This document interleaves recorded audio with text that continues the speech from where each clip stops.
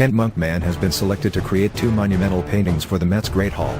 Monkman, born in Canada in 1965, is a Cree artist widely known for his provocative interventions into Western European and American art history. This project is a diptych of 2 paintings. The left painting, titled Welcoming the Newcomers, is about the arrival of settler cultures to North America, and the right painting really speaks to the displacement of the first people of this continent, and it's called The Resurgence of the People. I was really thinking about the migrations of populations, but also the displacements of populations. So the protagonist in these 2 paintings is my alter ego, Chief Eagle Testickle. In the 2 paintings, she really represents Indigenous perspectives, and specifically Cree perspectives. So Miss Chief in the first painting represents Sagituman, which means love, and Bokotuan, which means kinship.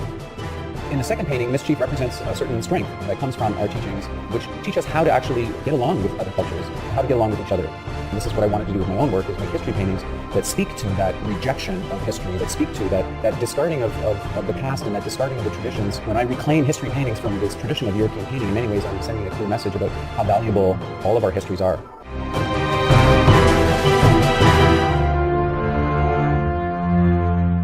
In 1867, 3 British colonies merged into one called Canada, still then a colony, but unified.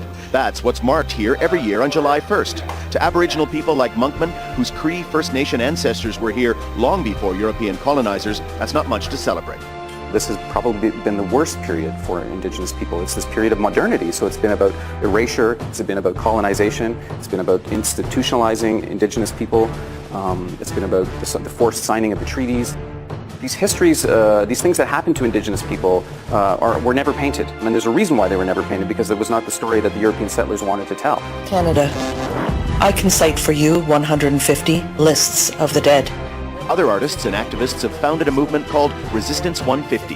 They're trying to remind Canadians celebrating on July 1st. While Canada itself has prospered, those who've been here longest are among the poorest, least healthy citizens of a rich country. My name is Kent Monkman. I'm a visual artist.